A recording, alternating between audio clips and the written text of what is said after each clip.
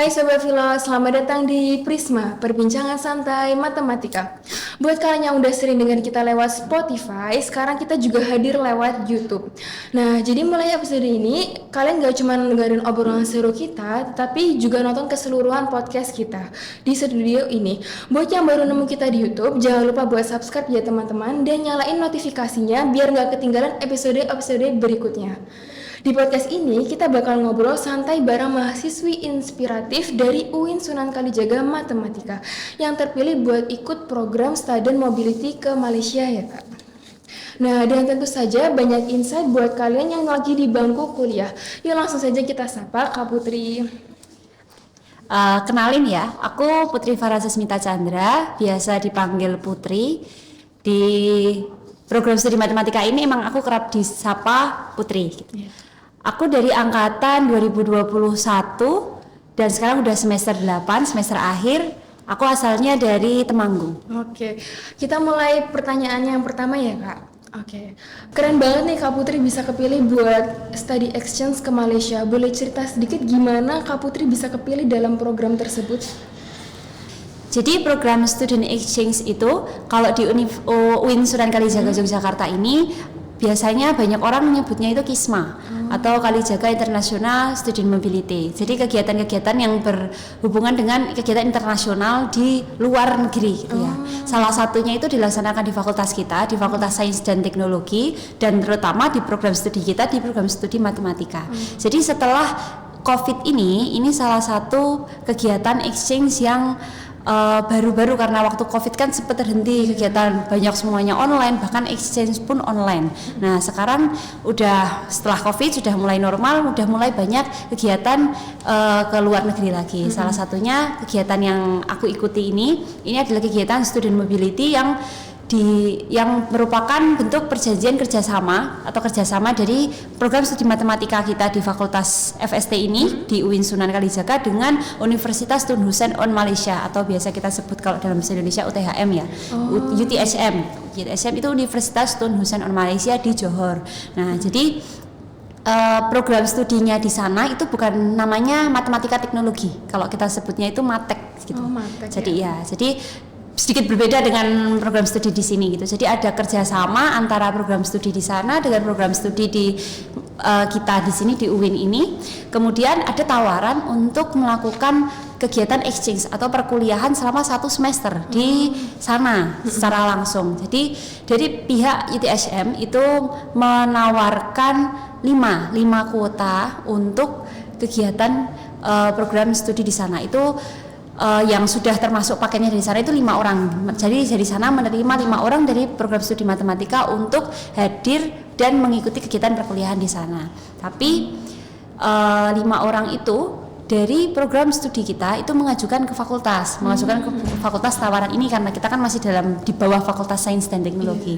Nah, untuk kuotanya kita sudah di ACC untuk 5. Jadi memang ada kuota 5 orang yang berangkat. Jadi pada saat itu karena ini benar-benar mepet. Perkuliahan itu waktu itu di awal tahun 2024 ya. Awal tahun 2024 itu Maret, tanggal 27 Maret itu harus sudah mulai kuliah. Sementara awal Januari itu kabar exchange ini masih belum fix. Jadi ini benar-benar kayak dadak banget. Jadi ya, memang dadak banget. Jadi awal Januari itu pun itu masih belum fix. Nah, karena memang buru-buru dan mengurus kayak gitu tuh nggak gampang. Apalagi Januari, Februari, Maret cuma 3 bulan tuh nggak gampang banget gitu. Di saat orang lain hampir setengah tahun ngurus exchange, kita cuma ada waktu 3 bulan untuk ngurus exchange. Jadi awal itu langsung dari program studi matematika itu karena memang terfokus angkatan 2021 ya untuk semester 5, anak-anak semester 5 pada saat itu. Untuk semester 6-nya, untuk kegiatan isinya kan semester 6-nya. Nah, jadi pada saat itu semester 6 kan berarti angkatan 2021. Terus kita dari program studi karena memang ini kan ada peluang. Kalau tidak diambil kan mau bazir. Kan ini kan salah satu perjanjian kayak nggak enak juga, kayak kerjasama kan juga nggak enak kalau misal nggak diambil. Akhirnya gimana caranya dari Kaprodi, dari dosen-dosen kalau bisa harus ada yang berangkat karena ini kan sebuah peluang besar gitu. Karena mepet, takutnya kalau pendaftaran macam-macam nggak terlalu repot, nggak cukup waktunya. Akhirnya pada saat itu dosen dari pihak prodi itu langsung ambil paralel mahasiswa sekitar 30 kayaknya 30 mahasiswa, seingatku 30 ya. ya. 30 mahasiswa diseleksi dengan jujur li aku agak nggak tahu itu penyeleksiannya dari mana. Ada yang bilang itu memang IPK tertinggi. Jadi IPK tertinggi dari 30 mahasiswa itu di kayak di paralel gitu loh. Iya, Terus 30 diambil teratas sekitar gitu. 30 teratas. Seingatku 30 ya. Kalau salah nanti di sekitar segitu. Terus kita diadakan Zoom, dikasih tahu ada program seperti ini, benefitnya apa, kita harus kontribusi apa, itu sudah dijelaskan semuanya macam-macam. Akhirnya ditanyain satu-satu, oke tidak gitu. Akhirnya ada yang beberapa oke, ada yang berapa tidak, ada berapa oke, ada yang berapa tidak, karena memang pertimbangan macam-macam ya, semuanya banyak. macam-macam gitu. Terus akhirnya pada saat itu sempat aku itu termasuk yang harusnya tidak berangkat sebenarnya, karena aku itu sempat ketinggalan grup, karena pada saat itu kan setelah bagi orang yang sudah oke kan aku sebenarnya sempat oke tapi masih ngobrol sama orang tua dulu lah. Sebenarnya aku pribadi oke pada saat itu. Terus akhirnya dari pihak prodi kayak gimana ya, kayak bikin grup. Nah aku tuh nggak ikut grup. Di grup itu mereka melakukan seleksi apa-apa, jujur aku tidak tahu karena aku nggak masuk grup. Terus karena aku merasa ketinggalan, aku inget kayaknya ada kegiatan exchange ya. Aku tanya sama Kak Prodi, oh ini Mbak Putri ternyata ketinggalan gitu. Akhirnya aku dimasukkan dan pada saat itu ternyata sudah terpilih 5 orang. Nah, tapi 5 orang itu masih 50-50 gitu loh. Masih 50-50 Nah, terus ya. akhirnya aku masuk, aku jadi yang keenam, nanti buat jaga-jaga ya Mbak gitu. Terus akhirnya setelah banyak program, banyak macam-macam, 5 orang ini yang awalnya aku cuma buat cadangan, malah endingnya yang berangkat cuma aku.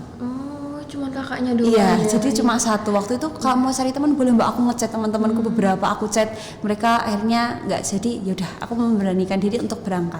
Sebenarnya sempat pertimbangan kan aku perempuan. Iya, Kalau walaupun- berangkat sendiri, iya. Kalau Walaupun berangkat sendiri tapi tetap terus maju ya Kak. iya. Jadi kita milih untuk yaudah berangkat aja deh. Iya, alhamdulillah. Oke, terus ada tantangan nggak Kak selama persiapan dalam menyiapkan study exchange ke Malaysia itu? Kalau tantangannya nggak terlalu banyak sih, lebih karena aku sendiri. Jadi Iya, emang harus sendiri. ngurus semuanya kan. Terus ngurusnya itu cuma 3 bulan doang ya Kak ya? Iya benar-benar akhir Januari 1 bulan setengah benar-benar aku ngurus karena aku nggak punya paspor pernah keluar negeri, jadi aku bikin paspor, bikin visa itu visa pelajar kan. Visa pelajar itu prosesnya pengajuan ke Malaysia itu sangat lama. Itu lebih karena nunggunya bingung aja, dan pada saat itu kita 50-50, ada kemungkinan takut tidak berangkat. Jadi antara mau kan teman-teman udah mulai kuliah di Februari tuh, antara kayak waktu itu aku ngobrol sama Kak Prodi, kalau mau tetap kuliah nggak apa-apa, tapi kalau misalnya kayak kuliah kayak ya sebenarnya nggak buang waktu ya karena kita belajar ya, tapi kalau misalnya nggak ikut kuliah takutnya tiba-tiba nggak jadi berangkat gitu. Tapi waktu itu pun aku nggak ngambil SKS, jadi emang aku nggak ambil kuliah tapi aku tetap ikut kuliah. Aku kayak ngechat dosen-dosen yang aku minati mata kuliahnya, Pak saya izin ikut kelas sambil menunggu exchange keberangkatan, jadi cuma Gitu ya, urusnya nggak terlalu repot kok. Nggak Ya terlalu teliti aja kalau berasa. Oke. Terus ada nggak sih Kak keluh kesah saat Kakak menjalani program exchange ke Malaysia? Jadi waktu di Malaysia itu Kakak gimana keluh kesahnya? Maksudnya kayak seru banget atau kayak kultur di sana tuh bener-bener beda gitu? Aku pribadi itu termasuk orang yang notabene suka jalan-jalan. Oh, jadi kayak enjoy terus ya, ya. Kak? Dan aku punya ekspektasi ketika ke Malaysia, ya Allah senang banget ya bisa jalan-jalan ke negara orang, sampai di sana bayangannya bisa jalan-jalan. Tapi ternyata aku itu Sendirian ya Kak? karena sendiri, aku sempat khawatir tapi juga apa-apa berangkat aja gitu. Terus dukungan dari teman-teman, dari keluarga, udah nggak apa-apa berangkat, nanti yang penting kabar-kabar, selalu kan berdoa, tetap kabari ada apa-apa gitu, ngabari yang di rumah gitu kan. Sampai di sana ternyata aku diletakkan di Johor. Jadi Malaysia itu kan luas ya, modelnya memanjang. Di peta kalau kalian lihat kan di peta itu kan modelnya memanjang gitu. Jadi Johor itu di atasnya Singapura. Oh, di atasnya Di atasnya Singapura Deket itu di berarti, Johor. Kak? Ya, dekat, kalau dari sini dekat. Cuman Johor itu bukan pusat kotanya, iya, sebenarnya kota besar. Cuman kan ternyata kampusku itu di UTSM itu ada kampus utama dan kampus cabang. Nah, aku itu ternyata di kampus cabang, di kampus campur. Jadi kalau kampus utamanya itu di Batu Pahat Johor, itu daerah kota. Kalau di situ ibaratnya kotanya Johor gitu. Tapi bukan di Johor Baru ya, di Johor. Itu kalau aku di Pagoh itu kayak di, aku nggak mau bilang membandingkan sama kayak kalau di sini Gunung Kidul atau Kulon Progo. Cuman memang jauh. Iya, memang jauh sejauh itu. Memang jauh dan kita kan di asrama gitu. Jalanku dari asrama ke kampus itu kalau jalan kaki bisa sampai 15 menit. Itu kalau jalan kaki, Iya, dan jalan aku kaki harus ya. naik bis kalau mau ke kampus. Cuma nyebrang, tapi jalanan di Malaysia itu kayak jalan tol kok di Indonesia. Jadi kayak jalannya jalan tol besar, ya? jadi nggak bisa nyebrang di jalan, kita harus lewat atas itu. jembatan Itu nanti jalan dari asrama ke kampus. Kalau jalan kalau ke bagian bis ya naik bis. Kalau kadang kalau telat nggak dapet bis jam itu ya harus jalan kaki. Itu 15 menit 20 menit itu. Itu sebelahnya kebun semua. Desa itu nggak terlalu banyak, ada cuman nggak terlalu banyak, dan karena aku nggak ada kendaraan ya, aku nggak ada kendaraan. Aku kalau mau ke tempat yang kayak ruko yang jual makanan itu jalan kaki 15 menit paling dekat. Kalau mau ke pusat kota paling deket itu harus naik bis 1 jam. Waduh, jauh banget Ya, Kak. jadi Kayak ibaratnya dari sini ke Gunung Kidul ya. ya jauh banget, dan itu ekspektasiku ternyata. Jadi awal di bulan pertama, 2 bulan pertama itu aku benar-benar nggak kemana-mana. Cuma kuliah di kamar, kuliah ngerjain tugas, ya udah hidup seperti itu, seperti biasa aja, mahasiswa kupu-kupu lah, kegiatan-kegiatan seperti itu aja. Alhamdulillah Kak bisa adaptasi ya di Malaysia. Ya alhamdulillah, kalau adaptasi kan alhamdulillah nggak terlalu nggak terlalu susah karena masih sama-sama bahasanya masih Melayu kan nggak gampang. Cuman mungkin saran juga buat teman-teman, misal ada yang pengen exchange, yang paling jelas adalah bahasa Inggris. Jangan pikir karena kalian ke Malaysia kuliah sekolah di sana bahasanya Melayu gitu. Enggak. Di sana itu sekolah pakai bahasa Inggris, kamu kuliah pakai bahasa Inggris, ujian pakai bahasa Inggris, ngomong sama dosen juga bahasa Inggris. Mungkin kalau di belakang layar Melayu nggak masalah gitu, tapi ujian pakai bahasa Inggris. Jadi aku mengakui bahasa Inggrisku nggak terlalu bagus. Jadi itu benar-benar tantangan besar buat aku kalau kuliah.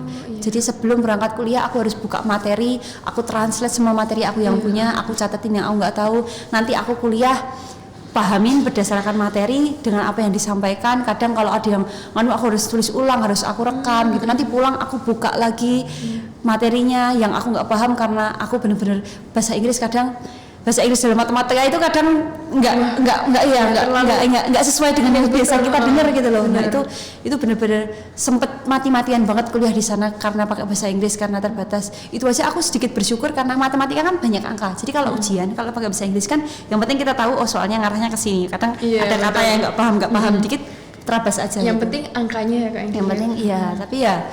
Jadi itu bertentangan benar, jelas bahasa sama mungkin sendiri mental sih, lebih harus banyak yang dicerita sama orang, support dan lain sebagainya. Tapi yang jelas asik ya Kak, bisa jalan-jalan. Ya kalau jelasnya asik, pengalamannya jelas itu nomor 1, pengalaman apapun itu nomor 1 karena kapan lagi ke Malaysia gitu ya Kak, study exchange. Alasan juga kenapa aku milih itu adalah aku bukan orang dari keluarga yang mungkin bisa dibilang kaya raya gitu.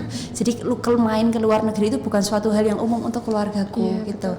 Ada yang keluar negeri tapi kan itu bukan suatu hal ya. Suatu saat aku berharap aku bisa seperti itu, tapi untuk sekarang jadi saya ada keterbatasan, aku ada keterbatasan dari keluarga untuk misal jalan-jalan ke luar negeri.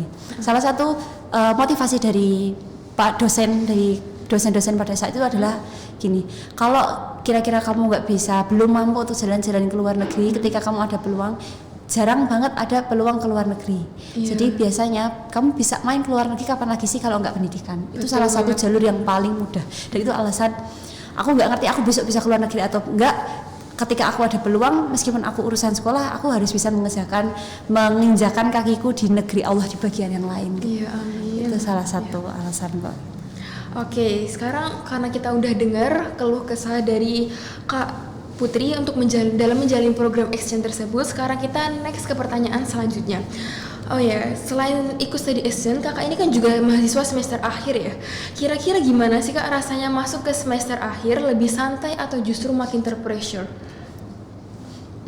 Sebenarnya karena kita kodratnya sebagai manusia ya. Manusia itu kadang kalau semester awal pengennya cepat selesai gitu. Betul. Ini realita yang terjadi ya. Waktu semester awal pengen cepat selesai, ayo lanjut semester baru, saya lanjut. Waktu dari awal maba kita belajar matematika suka, kadang susah mata kuliah apa-apa gitu. Terus akhirnya kita mulai masuk konsentrasi, oh ternyata kita suka sama konsentrasi ini. Ayo semester akhir, cepat semester akhir. Tapi ketika semester akhir kita mulai ngerasakan, oh ternyata kita harus bangun pagi jam 7 untuk ngejar kuliah yang kadang sampai di kampus nggak jadi kuliah gitu. Itu ternyata lebih mending daripada kita nggak kuliah sama sekali tapi kita ada beban skripsi, kita ada beban tugas akhir. Itu dari beberapa temanku, aku pribadi dan juga beberapa temanku itu memang merasakan lebih mending kita kuliah full 20 SKS, 24 SKS selama 1 semester, seminggu full berangkat pagi. Memang capek, tapi daripada kita nggak kuliah sama sekali, tapi masih ada tanggungan harus ngerjain skripsi, harus bimbingan lah kemana kemari itu kalau sebagai mahasiswa semester akhir ini. Jadi mungkin buat teman-teman yang masih di semester awal belum semester akhir masih kuliah itu benar-benar dinikmati aja. Kejar-kejaran kalian berangkat kuliah, kerjain tugas, ngejar dosen, itu tuh benar-benar suatu hal yang ketika kalian di semester akhir tuh susah banget dirasain. Jadi mending dikejar tugas ya Kak daripada dikejar KKN skripsi gitu ya. Okay. Tugas masih bisa diskusi sama temen ya kan. Kalau skripsi diskusinya sama mungkin sendiri. bisa tema gitu. Tapi kalau udah benar-benar kita temen mau dipasrahin, mau ditanyain, temennya juga pusing kan. Gitu. Oke, terus gimana sih Kak kalau tahapan dalam memasuki semester akhir? Boleh dijelasin nggak Kak tahapan kayak semester akhirnya tuh gimana gitu-gitu? Yang jelas program studi kita ini di program studi matematika ya, berdasarkan apa yang aku lalui itu mungkin berbeda dari beberapa program studi yang lain-lain. Mungkin kalau kalian punya teman di luar non matematika itu mungkin mereka ada yang namanya mata kuliah metopen. Selama 1 semester mereka belajar metopen, jadi mereka tahu nyusun skripsi itu bagaimana. Sementara di program studi ini metopen itu jujur aku kurang paham konsepnya seperti apa, karena pada saat metopen itu aku di Malaysia. Jadi metopennya online aja dan itu kayak semacam seminar kayak kuliah umum gitu. Jadi satu angkatanku pada saat itu waktu aku di Malaysia itu dikumpulkan untuk mengikuti kegiatan metopen. Jadi seminar skripsi itu seperti apa, aku jujur kurang paham apa yang dijelaskan pada saat itu karena aku memang tidak hadir ya. Setelah itu kita mulai diminta untuk ambil fokus konsentrasi untuk penelitian, untuk tugas akhir kita gitu. Jadi itu semester akhir itu kan di semester 7, awal semester 7. Terus akhirnya setelah milih konsentrasi, kayak misal aku pribadi kan jadi konsentrasi terapan ya. Jadi di program studi kita ada 4, ada statistika, aljabar, analisis dan terapan. Aku ngambil terapan. Kalau secara umum itu nanti kita ambil konsentrasi dulu. Setelah itu kita diminta untuk mencari tema. Nah, untuk mencari tema itu nanti kita akan dibimbing oleh dosen. Jadi ada dosen pembimbing untuk tema aja. Jadi mungkin ada anak yang konsentrasinya statistika, tapi dia dapat dosen pembimbing temanya itu dari analisis atau aljabar, itu nggak masalah karena ini kita cuma fokus ke tema aja. Jadi nanti hanya tema tuh ada dosen pembimbingnya ya, ada yang bantu ngarahkan, saya pengen temanya seperti ini Bu, nanti kita jadi fokus jurnal. Jadi mungkin buat yang belum tahu, penelitian untuk di matematika UIN Sunan Kalijaga ini untuk standar S1 ini kita bukan penelitian yang kayak mungkin kita mau membuat rumus baru, mau membuat teorema baru, itu enggak. Karena untuk standar S1 ini kita cukup, sebenarnya skripsi kita itu gampang. Kalian cari jurnal, ketika jurnalnya standar sedang ke atas ya, mudah bukan mudah tapi sedang sampai ke taraf sulit, itu nanti kita pelajari, kita jelaskan. Kalau jurnalmu sulit itu biasanya cukup dijelaskan aja, kita tulis di deskripsi, selesai. Gitu aja. Gitu aja. Tapi kalau memang jurnalnya dalam taraf sedang, nanti biasanya kita diminta untuk mengaplikasikan apa dari jurnal itu ke suatu kasus lain. Dan itu ya lebih. Dan itu nggak terlalu susah untuk matematika, tapi memang mencari topik yang sesuai dengan diri kita itu nggak gampang. Makanya kita ada dosen. Dosen itu meskipun kita bidangnya, misal aku bidangnya terapan, tapi aku dapat dosen pembimbing tema, dia dosen yang statistika, itu nggak masalah karena dosen itu akan bersikap kepada kita sesuai dengan apa yang kita minati. Kalau kamu terapan, kamu bagusnya ke arah ini, meskipun beliau dosen statistika. Itu untuk dosen temanya. Setelah kita dapat tema, nanti kita tema ajukan, ada surat untuk mengurus tema dan lain sebagainya, tanda tangan DPA dan sebagainya. Setelah itu nanti kita akan dapat dosen pembimbing skripsi. Dosen untuk pembimbing tugas akhir itu bias. Ada yang kalau aku dapat 1, kalau ada yang beberapa dapat 2 gitu, dosen 1, dosen 2 itu beberapa. Itu nanti dosen itu sudah sesuai, insya Allah beberapa sudah sesuai dengan konsentrasi kita. Kalau misal nggak sesuai pun, karena memang kadang kuota kayak anak statistika itu kan banyak banget yang ngambil biasanya.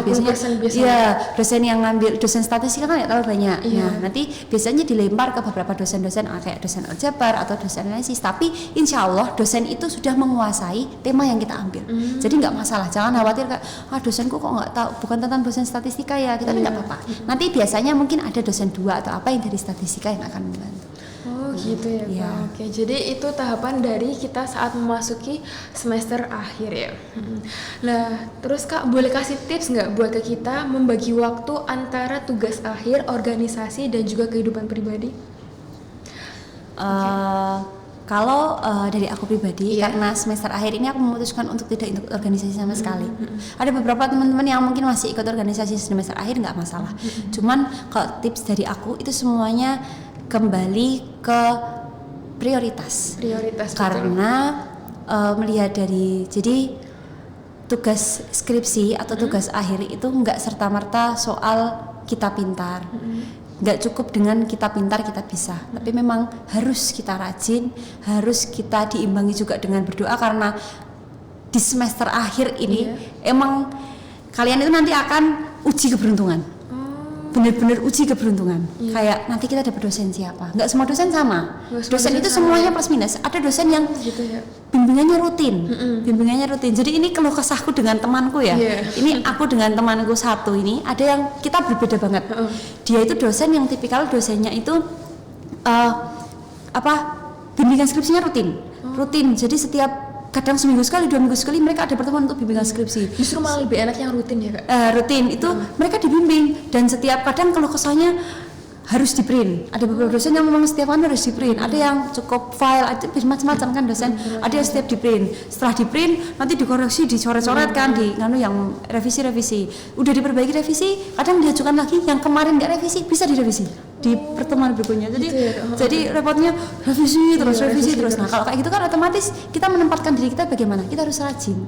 Kita rajin ngerjain, kita rajin ngobrol sama dosen. Iya, betul. Saya sepertinya seperti ini. Beda dengan aku yang dosenku itu santai. Ini menyenangkan. Dosenku itu sangat menyenangkan, tapi santai. Jadi kerjain aja Mbak, apa masalah gitu nanti. Kalau ada masalah ngomong sama saya. Jadi itu malah buat orang yang nggak bisa, yang terlalu santai susah. Iya, Kalau jadi malah kita nggak lebih dikejar, males jadi gitu. kayak aku kadang mau males kalau dosennya nggak minta juga. Tapi kalau lihat temannya bimbingan, Pak nggak bimbingan ya, karena dosenku kan tidak membuka bimbingan. Iya, Kalau kamu butuh bimbingan, bilang aja bimbingan. Nah itu kan plus minus ya. Iya, plus minus. Kadang kita lihat temennya yang dibimbing dengan bimbingannya rutin gitu, enak ya. Tapi temanku yang bimbingan rutin, kamu enak ya santai. Ada yang kayak gitu. Jadi kan karena plus minus ya, plus minus tergantung diri sendiri semua ya. Jadi ya emang yang jelas itu prioritas. Temanku itu yang sidang pertama, seminar proposal pertama, sidang pertama itu emang aku tahu banget bagaimana dia. Kebetulan aku udah seminar proposal, tapi memang belum tugas akhir. Ini ada kendala sedikit deskripsi dan ada sedikit kendala di kalau mau tugas akhir kan ada, kalau mau sidang itu kan ada syarat-syaratnya gitu. Betul. Nah itu syarat-syaratnya ada kendala di situ. Nah temanku itu yang dia berhasil sidang pertama angkatanku, seminar proposal pertama angkatanku, aku tahu banget. Ya aku sepengetahuanku itu dia memang kejar. Jadi dia prioritas. Dia kehidupan pribadinya dia juga di pondok pesantren juga, dia masih ngaji, mari ngurus pondok. Dia mungkin kalau organisasi aku kurang tahu, kayaknya dia nggak ikut organisasi, cuman ini buat contoh aja. Tapi dia di pondok pesantren, tapi ini bener-bener dia memang kerja, dia fokus. Dia fokus sama skripsi, bisa lulus. Sudah sidang kemarin bulan puasa. Itu bener-bener dia kejar, karena emang setelah aku lihat skripsi itu bisa selesai kalau kamu kerjakan. Iya, jadi tergantung prioritas ya. Tergantung prioritas. Kamu ada kehidupan pribadi mungkin sekali 2 kali, kalau emang capek berhenti. Apalagi kalau di bab awal itu emang nggak bisa yang kamu duduk. Mungkin aku pernah merasakan kamu duduk di kafe itu dari pagi jam 9 sampai jam 2 itu cuma ada 1 paragraf. Itu benar-benar ada pengalaman seperti itu. Iya, jadi emang kalian harus bikin timeline, termasuk misal kamu ada acara keluarga, ada kebutuhan pribadi, ada pengen liburan, itu di plot kayak misal liburan, yaudah aku mungkin mau rehat dulu selama 1 minggu, tapi jangan lama-lama. 1 minggu cukup. Tapi setelah itu nanti aku yakin aku berjanji untuk kembali mengerjakan. Jadi semua kembali ke prioritas. Harus disiplin dan kembali kepada prioritas. Prioritasnya yang mana gitu. Oke, last question ya teman-teman.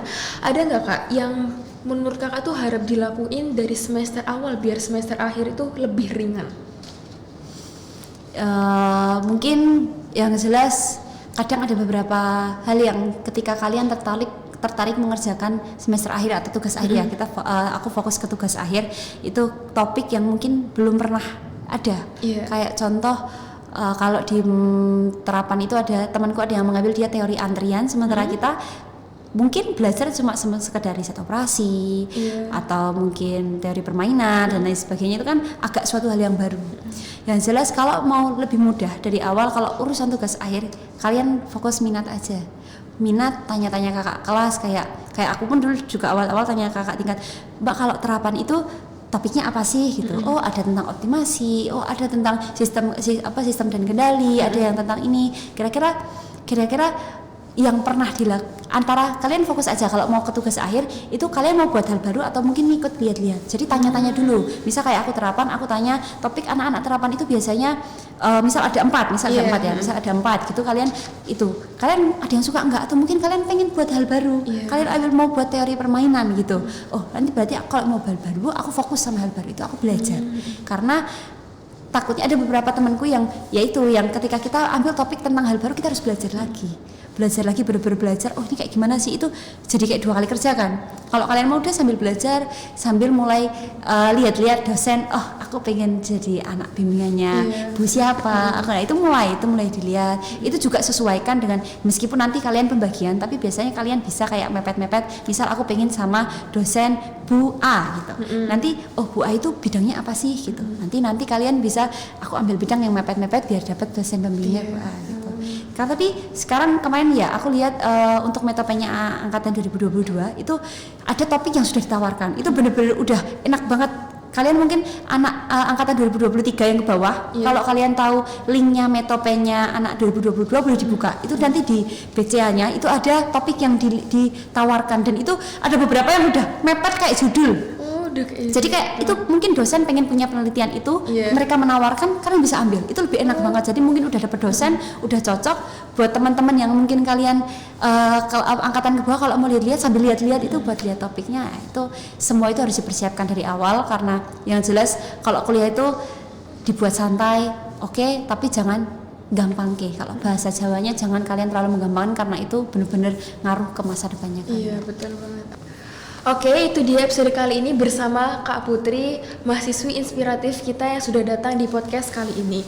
Oke, terima kasih ya untuk Kak Putri karena sudah sharing-sharing pengalaman tadi yang dari study action ke Malaysia, sama tadi sharing-sharing soal tugas akhir ya Kak. Nah, terus terima kasih juga buat Sobat Filos dan yang udah nyimak sampai akhir, dari awal sampai akhir. Jangan lupa buat nonton video-video selanjutnya ya teman-teman. Sampai jumpa Filos, semoga kita bertemu kembali. Dadah.